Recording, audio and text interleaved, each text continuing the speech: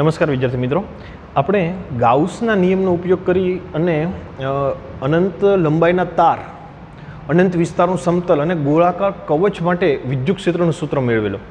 આજે આપણે ગાઉસના નિયમનો ઉપયોગ કરી અને વિદ્યુત ભારિત ગોળો અવાહક ગોળો, યાદ રાખજો મિત્રો, વિદ્યુત ભારિત કેવો ગોળો? અવાહક. સુવાહક ગોળો હોય તો એનો બધો જ વિદ્યુતભાર એની સપાટી પર હોય, જ્યારે અવાહક ગોળો છે તો એનો બધો જ વિદ્યુતભાર અંદર પથરાયેલો છે, એ ગોળાની અંદર હશે. તો એવો એક વિદ્યુતભારિત ગોળો, એનાથી આર જેટલા અંતરે આપણે વિદ્યુત ક્ષેત્રનું સૂત્ર તારવવાનું છે. તમારા પાઠ્યપુસ્તક એનસીઆરટીમાં નથી, પરંતુ એક દાખલો છે જે આપણે છેલ્લો દાખલો કરેલો એના જેવો જ એક દાખલો છે. એટલે એ દાખલા જેવી થિયરી કદાચ પૂછી નાખે તો આપણે એ થિયરી જોઈ લઈએ. કોના માટે? વિદ્યુતભારિત અવાહક ગોળા માટે વિદ્યુત ક્ષેત્ર.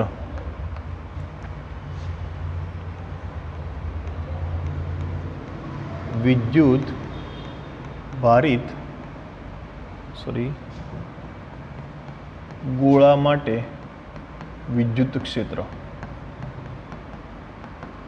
વિદ્યુત ભારિત ગોળા માટે વિદ્યુત ક્ષેત્ર. ધારી લો કે આપણી પાસે એક વિદ્યુત ભારિત ગોળો છે.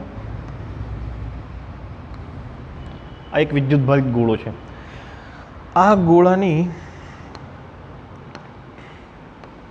આ વિદ્યુત ભારિત ગોળો છે. આ ગોળામાં વિદ્યુતભાર નિયમિત રીતે વિતરિત થયેલો છે.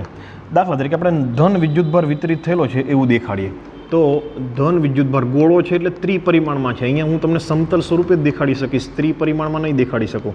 એટલે આની અંદર વિદ્યુતભાર સપાટી પર પણ છે અને અંદર બધા વિસ્તારમાં પણ છે, અંદર દ્રવ્યની અંદર પણ વિદ્યુતભાર આપેલો છે. તો અહીંયા વિદ્યુતભારની કઈ ઘનતા આવશે? કોઈ કહેશે વિદ્યુતભારની કઈ ઘનતા આવે? આમાં ગોળો હોય તો વિદ્યુતભારની કઈ ઘનતા આવે? રેખીય ઘનતા, પૃષ્ઠ ઘનતા કે કદ ઘનતા? કઈ ઘનતા આવશે? સમગ્ર દ્રવ્યની અંદર આ વિદ્યુતભાર પથરાયેલો છે તો અહીંયા વિદ્યુતભારની કઈ ઘનતા આવશે? ઓબ્વિયસલી કદ ઘનતા આવશે વિદ્યુતભારની. અને વિદ્યુતભારની કદ ઘનતાનું સૂત્ર તમને ખબર હોવી જોઈએ. વિદ્યુતભારની કદ ઘનતાનું સૂત્ર શું થાય?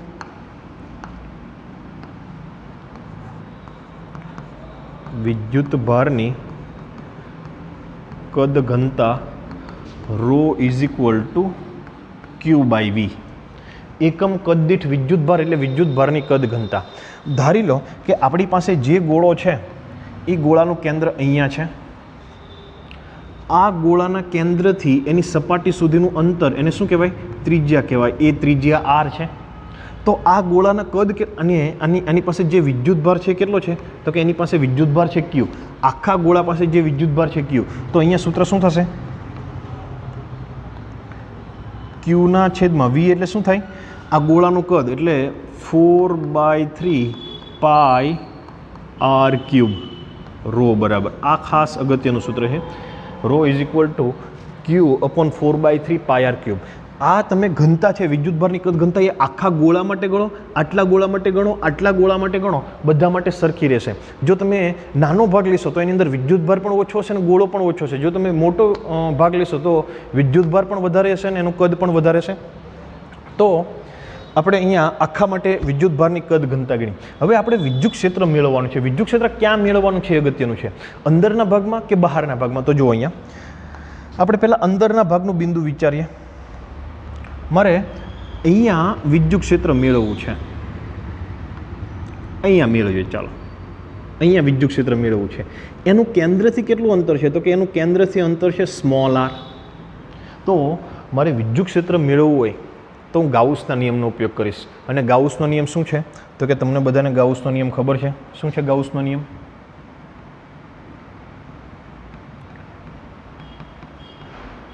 ગાઉસનો નિયમ શું છે? તો કે flux phi is equal to, flux ફાઈના બે સૂત્ર છે. કોઈ પણ બંધ પૃષ્ઠ સાથે સંકળાયેલું ફ્લક્સ ફાઈ એટલે એક સૂત્ર થશે સંકલન સદિશ ઈ ડોટ ડીએસ. ઈ ડોટ ડીએસ અથવા તો આવી રીતે પણ લખી શકો, સદિશ ઈ ડોટ ડેલ્ટા એસ. ઈ ડોટ ડેલ્ટા એસ. અને આના બરાબર શું સૂત્ર છે? તો કે sigma Q upon epsilon 0. Sigma Q upon epsilon 0. ચાલો, ડેલ્ટા એસ એટલે કોઈ પણ બંધ પૃષ્ઠ હોવું જોઈએ. ડીએસ એટલે નાના નાના બંધ પૃષ્ઠનો સરવાળો કરો તો તમને ફ્લક્સ મળે. તો મારે જે બિંદુએ વિદ્યુત ક્ષેત્ર મેળવવાનું છે એ બિંદુનું કેન્દ્રથી અંતર આર છે. તો કેન્દ્રથી આવા આર અંતરે આવેલા દરેક બિંદુનો વિચાર કરું તો મને એક ગોળાકાર રચના મળે આવી, બરાબર છે? ઓકે, તો કે આ અંતર પણ આર હશે, આ અંતર પણ આર હશે, દરેકે દરેક અંતર આર હશે, બધાનું કેન્દ્રથી અંતર એક સમાન છે. ઓકે, તો કેન્દ્રથી આર અંતરે આવેલું એક ગોળાકાર ગાઉસિયન પૃષ્ઠની કલ્પના કરી. કેન્દ્રથી કેટલા અંતરે આવેલા? આર અંતરે, એની જેની ત્રિજ્યા આર હોય, એનું કેન્દ્ર એ આપેલા ગોળાનું કેન્દ્ર હોય. તો મારે અહીંયા આ બિંદુએ વિદ્યુત ક્ષેત્ર મેળવવું, તો હું આ સૂત્રનો ઉપયોગ કરીશ. આ સૂત્રનો ઉપયોગ કરીએ. ફ્લક્સ ફાઈ બરાબર શું થશે? ઈ એટલે વિદ્યુત ક્ષેત્ર, ડેલ્ટા એસ એટલે આનું ક્ષેત્રફળ. તો આની બાહ્ય સપાટીનું ક્ષેત્રફળ, એમાંથી બહાર આવતું ફ્લક્સ માટે આપણે એનું ક્ષેત્રફળ ગણવું પડે, બાહ્ય સપાટીનું. તો ગોળો હોય તો એની બાહ્ય સપાટીનું ક્ષેત્રફળ શું થાય? તો કે 4πr². ગોળાનું કદ 4/3πr³ અને બાહ્ય સપાટીનું ક્ષેત્રફળ તો 4πr². તો ઈ ડોટ 4πr². સદિશ દૂર કરી દઈએ.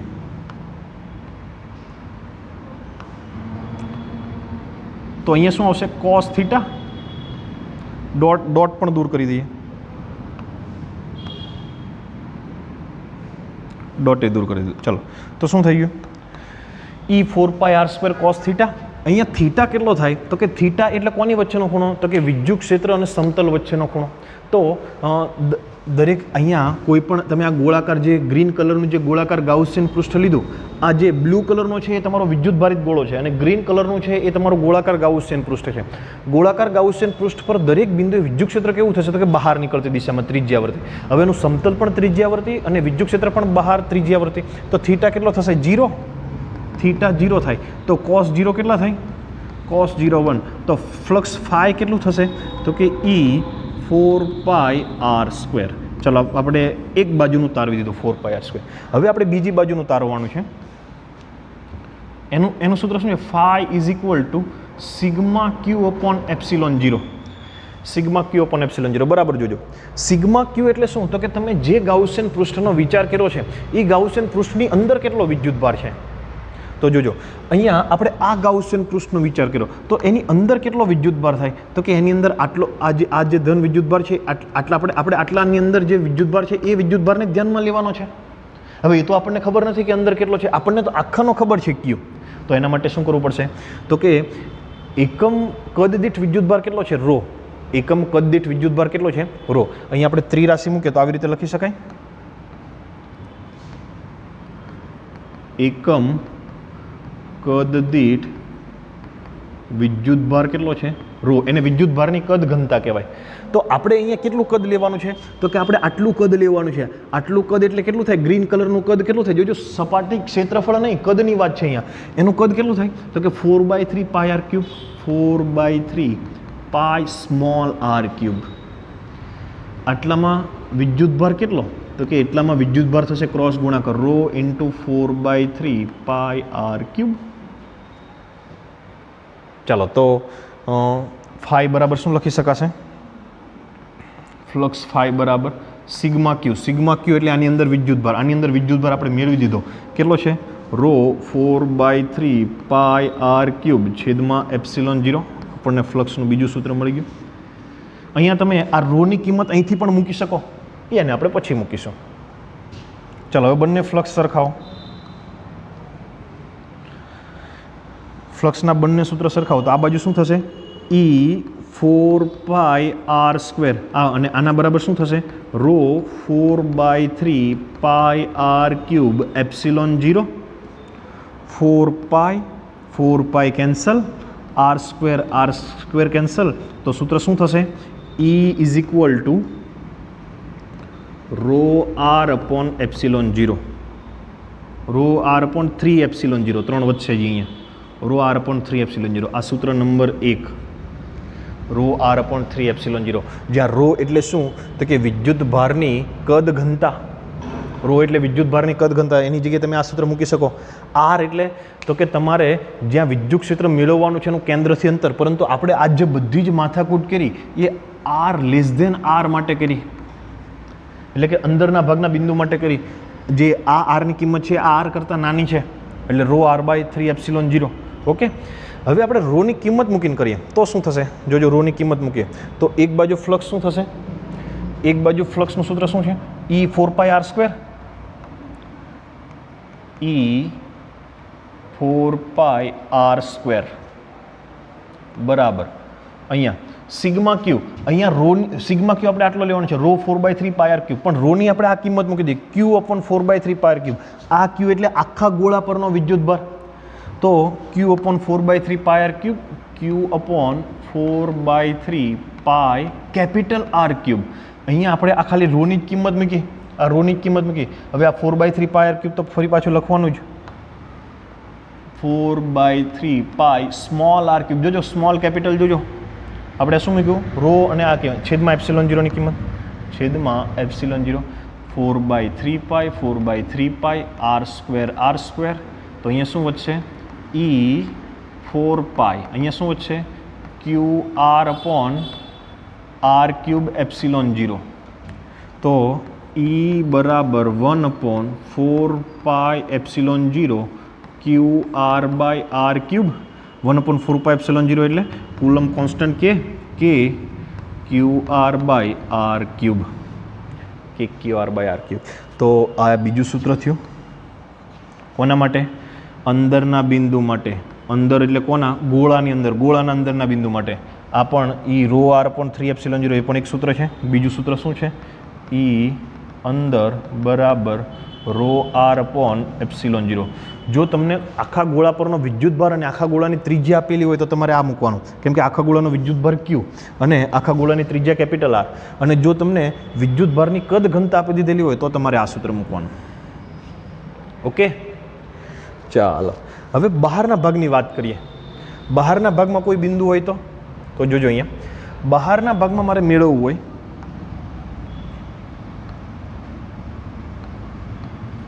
દાખલા તરીકે મારે આ બિંદુએ વિદ્યુત ક્ષેત્ર મેળવવું છે. હા, એનું કેન્દ્રથી અંતર છે r'. કેન્દ્રથી અંતર કેટલું છે? r'. તો હું કેન્દ્રથી r' અંતર હોય એવું એક ગોળાકાર ગાઉસિયન પૃષ્ઠનો વિચાર કરું. બરાબર થયું કે ના?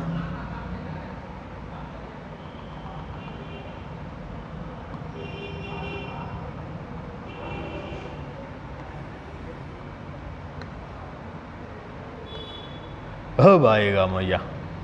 ओके, હવે રેડી. ચાલો, તો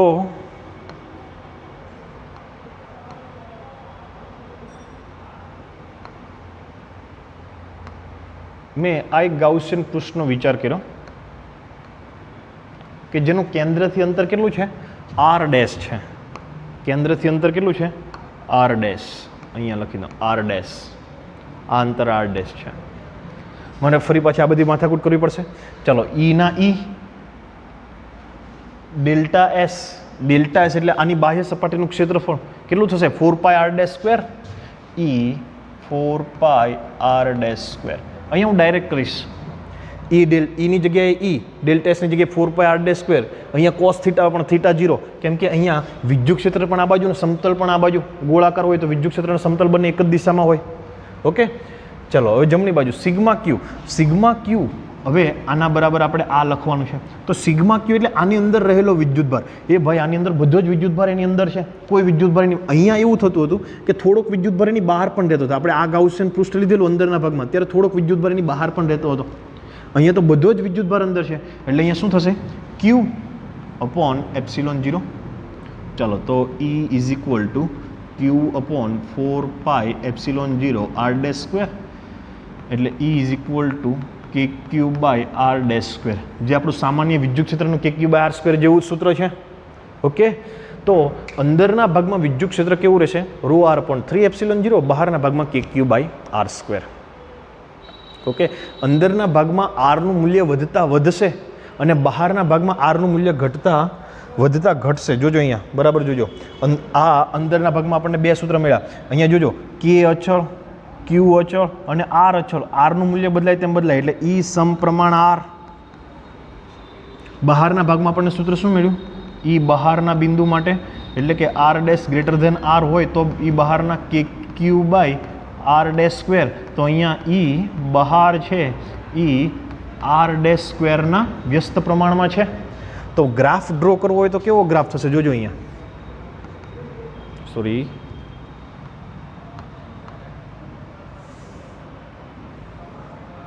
ચાલો એક ગ્રાફ ડ્રો કરીએ.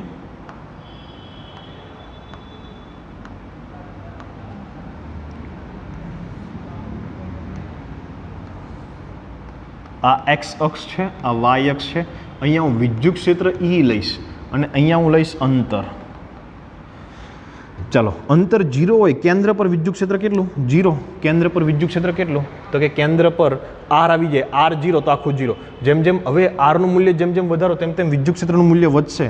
આરનું મૂલ્ય જેમ જેમ વધારો તેમ તેમ વિદ્યુત ક્ષેત્રનું મૂલ્ય વધશે. વધ્યું સ્ટ્રેટ રીતે વધશે. એક સમય મેક્સિમમ થઈ જશે. પછી દાખલા તરીકે તમે બહાર જતા રહો તો વિદ્યુત ક્ષેત્ર આવી રીતે ઘટશે. અહીંયા મેક્સિમમ થાય. મેક્સિમમ ક્યાં થાય? કે જ્યાં આર બરાબર કેપિટલ આર, અહીંયા આર લેસ ધેન આર, અહીંયા આર ગ્રેટર ધેન આર, અહીંયા ઈ સમપ્રમાણ આર સ્ક્વેર, અહીંયા ઈ વ્યસ્ત પ્રમાણ આર સ્ક્વેર, સોરી અહીંયા સમપ્રમાણ ખાલી આર, નોટ આર સ્ક્વેર, એટલે સ્ટ્રેટ લાઈન આવે. અરે હો સંબા એટલે ભાઈ ઓકે. તો આ એક થિયરી જે વધારાની હતી એ આપણે તમારે કરવાની હતી. અહીંયા જોજો આપણે બિંદુવત, હવે જોજો આખું જોઈ લો. બિંદુવત વિદ્યુતભાર હોય,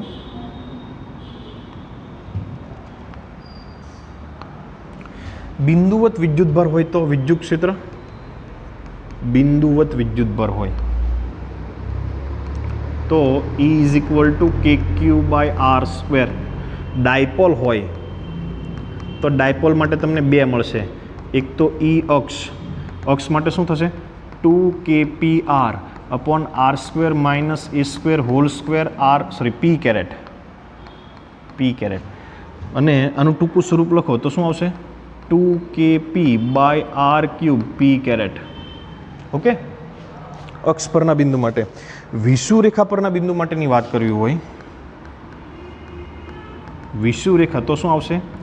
kp/r² plus a² whole raise to 3/2 minus p caret અને ટૂંકું લખો તો 2kp/r³ માઇનસ p कैरेट.